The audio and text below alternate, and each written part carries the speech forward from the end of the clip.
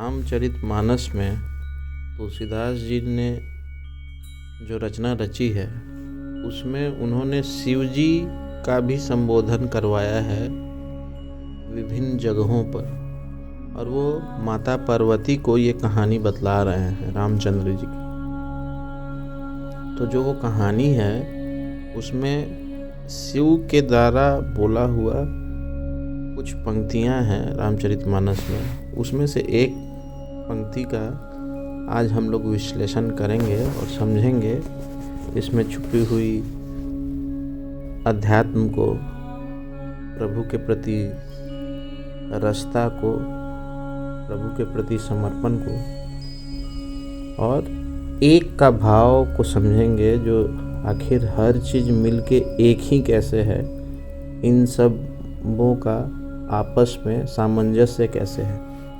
तो शिव जी कहते हैं माता पार्वती से, जब ब्रह्मास्त्र लग जाता है हनुमान जी को और वो कैद होके आने लगते हैं लंका, बेहोश हो जाते हैं, फिर कैद कर लिया जाता है मेघनाथ द्वारा, तो शिव जी वो मुस्कुराते हुए कह रहे हैं, जासु नाम जपि सुनहु भवानी, भव बंधन काटहि नर ज्ञानी, तासु दूत की बंध तरु आवा, प्रभु का अरज लगी कपहि बधावा। मतलब शिव जी कह रहे हैं माता को, हे भवानी सुनो, जिनका नाम जनका जप कर ज्ञानी मनुष्य संसार के बंधन को काट डालते हैं। जासु नाम जपि सुनु भवानी, भव बंधन काटहि नर ज्ञानी। मतलब जो ज्ञानी लोग हैं वो उसको जपते जपते, नाम को जपते जपते अपना भव बंधन को काट डालते हैं। तासु दूत की बंध तरु आवा, उनका दूत कहीं बंधन में आ सकता है? तो क्या जो उनका दूत हो, जो उनके प्रति समर्पित हो, वो कभी बंधन में आ सकता है? ये माता को बता रहे हैं शिव जी। प्रभु का अरज लगी कपहि बधावा, किंतु प्रभु के कार्य के लिए हनुमान जी ने स्वयं अपने को बंधा लिया है। मतलब वो चाहते तो ब्रह्मास्त्र जो था उसकी महिमा का खंडन भी कर सकते थे, लेकिन उनके अंदर विनम्रता इतनी है। ब्रह्मास्त्र का मतलब ब्रह्म का अस्त्र, ब्रह्म मतलब सबसे बड़ी सत्ता। तो जो वो बड़ी सत्ता है, जो एक सत्ता है जो हमें चला रही है, उसका पालन करना अनिवार्य है। साथ में ये भी सीख दे रहे हैं। तो सुख दुख की महत्ता के बारे में तुलसीदास जी का कहना है कि हम सब अगर समर्पित हैं ईश्वर के प्रति तो सुख और दुख तो अपने समय से आएगा ही, लेकिन हम जो हैं उसमें हमेशा उसके भाव में रहें, हम उसके समर्पित होके रहें। तो संसार को भले ही लग सकता है कि भाई ये समर्पित होने के बावजूद भी दुखी है, संसार तो इस नज़र से देखेगी, लेकिन वो भक्त ही समझ सकता है जिसकी समर्पणता जो है इतनी बढ़ गई है। मतलब समर्पण भाव इतना आ गया है उसके अंदर कि वो हर कार्य ईश्वर को समर्पित होके ही कर रहा है। तो हनुमान जी का समर्पण भाव है कि वो मेघनाथ के अस्त्र में भी ब्रह्मास्त्र को जो है ब्रह्म का अस्त्र समझ रहा है, और हनुमान जी हर को एक मान रहे हैं।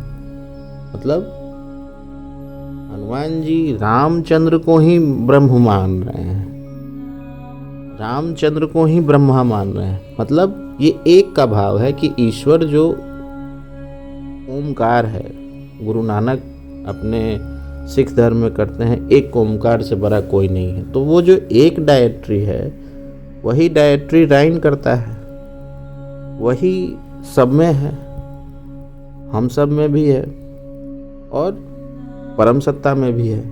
लेकिन वो परम सत्ता के हम लोग अंश हैं वही, लेकिन अंश हैं।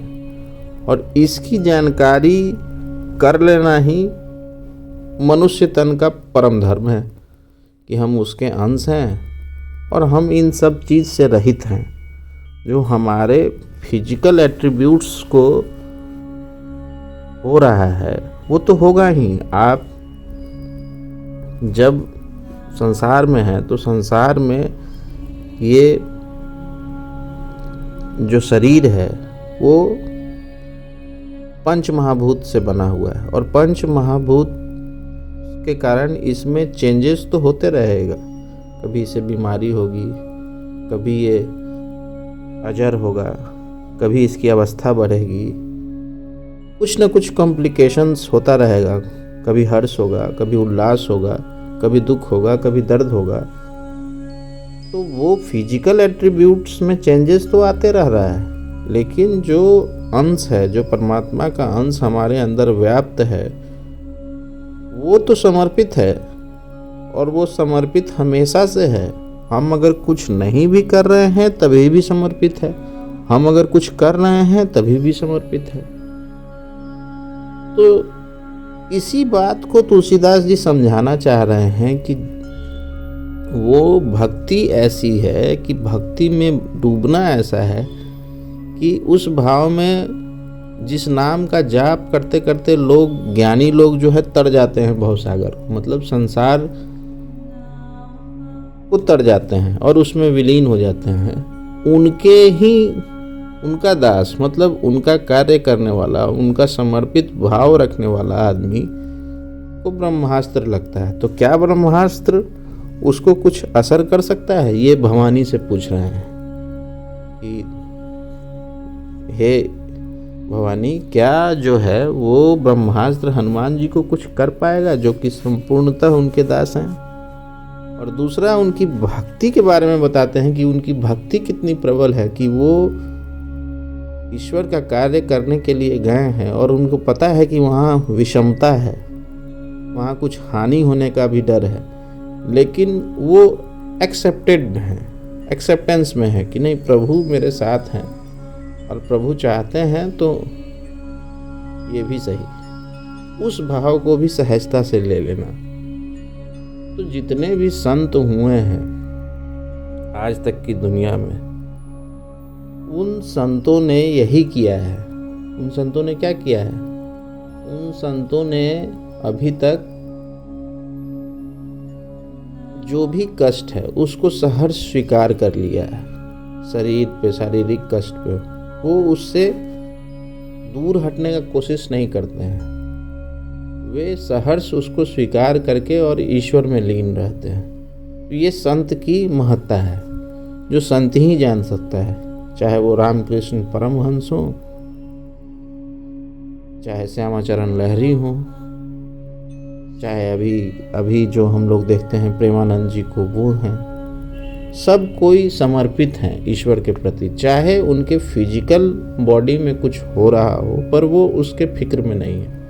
और हनुमान जी भी यही बतला रहे हैं कि भाई ब्रह्मास्त्र लगा है तो शरीर को लगा है, बेहोश हुआ हूँ और मैं बंधा गया हूँ, लेकिन ये तो भक्ति है। प्रभु चाहते हैं कि भाई ये ब्रह्मास्त्र है, हम तो उस ब्रह्मास्त्र को राम का अस्त्र मानते हैं, हम अपने मालिक का अस्त्र मानते हैं, तो हम कैसे उसका अनादर कर दें और क्यों करें? मुझे ये सहर्ष स्वीकार है। तो ये बहुत बड़ा ये है, इसमें अध्यात्म गहरा भाव है तुलसीदास जी का लिखने वाला, एक वाला भाव, ताकि वो एकता को समझ पाए। जो एकता जो है वास्तविक रूप से, उस एकता में ही सब चीज़ है। उस एकता को समझना ही सबसे बड़ा ये है, हमारे जीवन का सबसे बड़ा मूल सिद्धांत है। अब एक प्रश्न उठता है कि अगर जो है सब चीज़ ठीक ही है तो फिर ये एकता वाला भाव को संपूर्ण कैसे किया जाए? तो इसमें कबीर का भी एक पंक्ति है, प्रेमी ढूंढत मैं फिरूं, प्रेमी मिले न कोई, प्रेमी को प्रेमी मिले तब सब विष अमृत हो। अब कबीर दास जी जो कि एक जुलाहा थे, उनकी पंक्ति को देखते हैं, उसमें भी यही भाव है। क्या है भाव?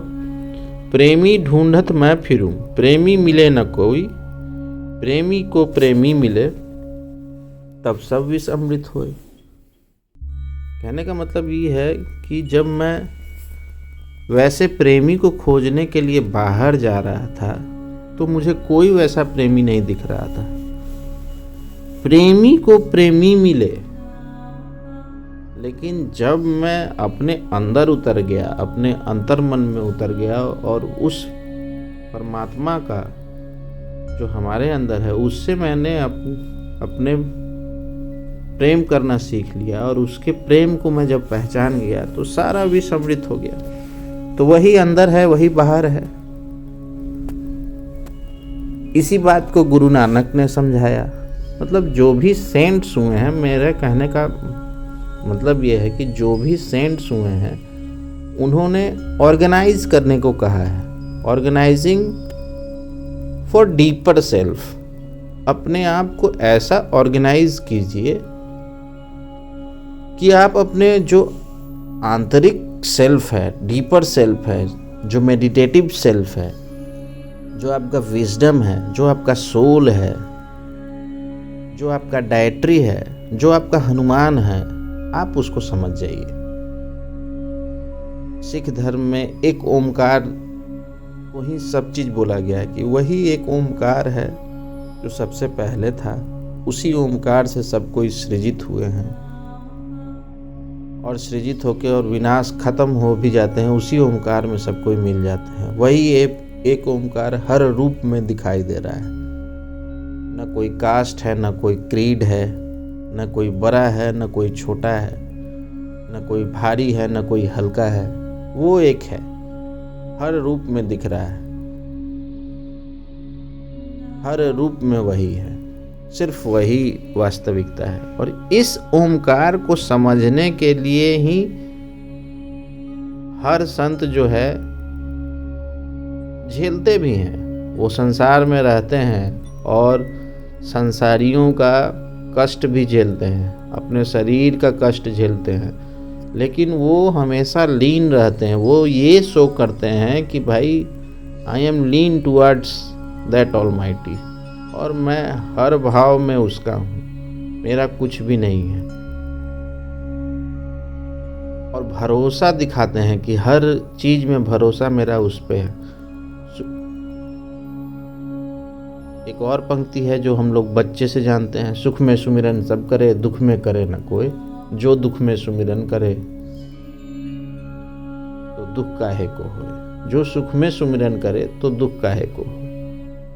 कहने का मतलब सुख में तो सुमिरन हो जाता है, लेकिन जैसे ही दुख आता है सुमिरन टूट जाता है। माया जब अपना खेल बढ़ाती है तो आप कितने भी बड़े साधक हों, आपको परेशान करेंगे ही। वो वही चेक करने के लिए आती है कि ये आदमी उस टेनेसिटी में भी मुझे याद कर पा रहा है या नहीं कर पा रहा है। अब वो माया क्या है, आपको अगर हायर रोल मिल रहा है, आपको अगर हायर रिस्पॉन्सिबिलिटी मिल रही है, तो आपको लगता है कि now I can control everything. ठीक है, you can control everything, but you cannot control which is uncontrollable. कहने का मतलब आप हनुमान की तरह तो नहीं है, आप खुद से कंट्रोल करने में लग गए, आपकी बॉडी कंट्रोल करने में लग गई। हनुमान जी ने ये दिखाया कि सर्वसमर्थ होते हुए भी नहीं, ये ईश्वर मुझे चाहते हैं कि ये हो। तो ऐसा बुद्धि विवेक हमारा जागृत तब होगा जब हम उस डायट्री से जुड़े रहेंगे, उस परम तत्व से जुड़े रहेंगे। और उस परम तत्व से तभी जुड़े रहेंगे जब हम सबको एक मानेंगे। और एक मानने का मतलब ये है कि आप संसार में रह रहे हैं, लेकिन आपकी जो एकता है, जो आपको परिपूर्ण करती है, आपको संपूर्ण करती है, उस संपूर्णता से आप तनिक भी विमुख ना हो पाए। और इसी ध्येय से हर संत आते हैं और संत अपने को समझाते हैं। हमारे वेद, हमारे शास्त्र जो भी है, सब में यही समझाने का है, लेकिन कोलाहल है। और कोलाहल चारों तरफ है। तो क्यों है? क्योंकि हम नहीं समझ पा रहे हैं कि हम एक हैं।